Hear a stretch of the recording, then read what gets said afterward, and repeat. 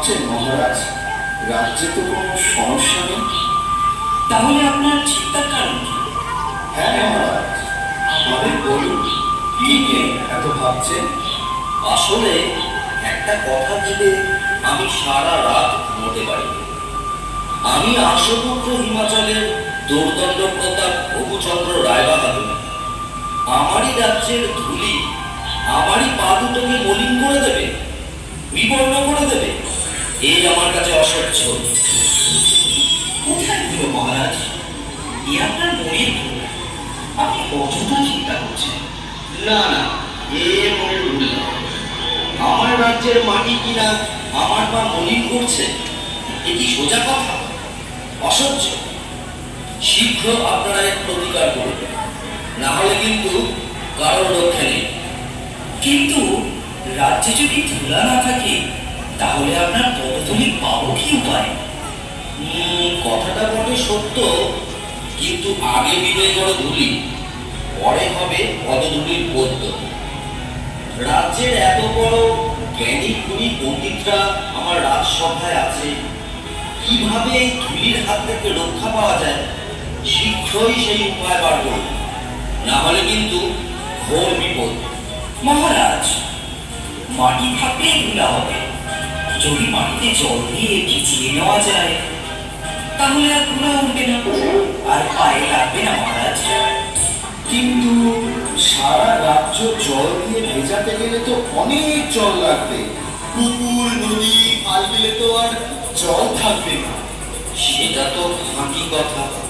মহারাজ, যদি আমরা ঝাড়ু ছাটা দিয়ে সব ধুলো সরিয়ে দিতে পারি তাহলে তো আর মলিন ধুলো আপনার পায়ে লাগবে না মহারাজ। বাহ বাহ, খাসা বলেছ, চমৎকার। তাহলে সবাই মিলে লেগে বড় কাজে। রাজ্যে যে যেখানে আছো সবাই মিলে ঝাড়ু ঝাঁটা নিয়ে ধুলো দূর করার কাজে লেগে পড়ো। বলো, এটা আমার আদেশ। তাই হবে মহারাজ। মহারাজ, আপনিও কি এই কাজে সকলের সাথে লেগে পড়বেন? চুপ করো বেয়াদব। কাজের কাজ না করে খালি বাজে কথা বলা বন্ধ করো। যা বলেছি সেটা যেন অক্ষরে অক্ষরে পালন করা হয়। যত সব মূর্খের দল।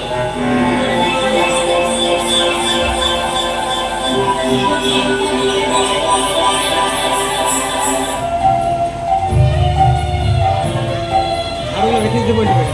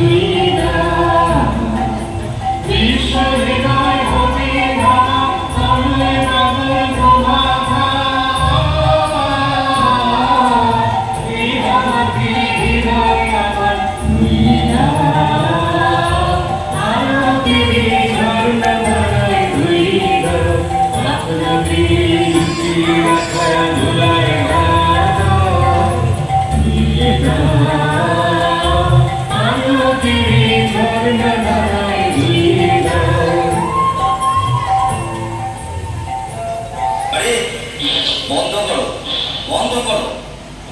আর যে পারা যাচ্ছে না, কিছু দেখতে পাচ্ছি না। রাজ্যের ধুলো দূর করতে গিয়ে রাজ্য যে ধুলোয় ভরে গেল। মহামন্ত্রী, কি হচ্ছে এসব? তোমাকে কি এই জন্য এত বেতন দিয়ে বসে রেখেছি? রাজ্যে এত জ্ঞানী গুণী পণ্ডিত থাকতে আমার রাজ্যের এই কি হাল হলো? এটা একটা শীঘ্র বিহিত চাই। তাহলে জল দিয়ে সব ধুলো ধুয়ে ফেলা হোক, তাহলে আর ধুলো থাকবে না। আর যে পারা যাচ্ছে না, যা ভালো হয় তাই বলুন, সবাইকে জল ঢালতে আদেশ দেওয়া হোক।